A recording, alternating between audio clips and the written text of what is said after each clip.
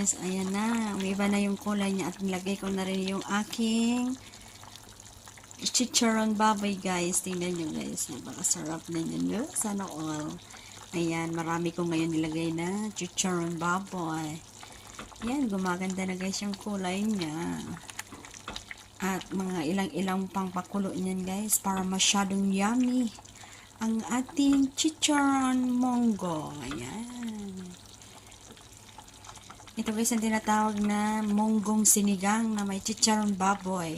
Subukan nyo guys para malaman nyo na masarap din siyang isigang. Yan ang mga pambihirang luto ni Gulay na Langka. Yan. Yung isang araw guys, ang aking niluto ay sinigang na itlog na nilaga. Masarap din siya guys.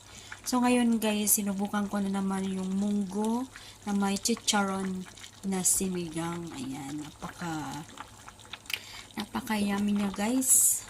Subukan niyo na rin guys para alam niyo kung masarap talaga. Diba? Maganda yung sinusubukan lahat. Huwag lang yung magnakaw. Napakasarap guys. Biro mo yan guys. Napaka yummy niya. Yan. Nag-ano na sa namnam na guys. Yan. Namnam na guys.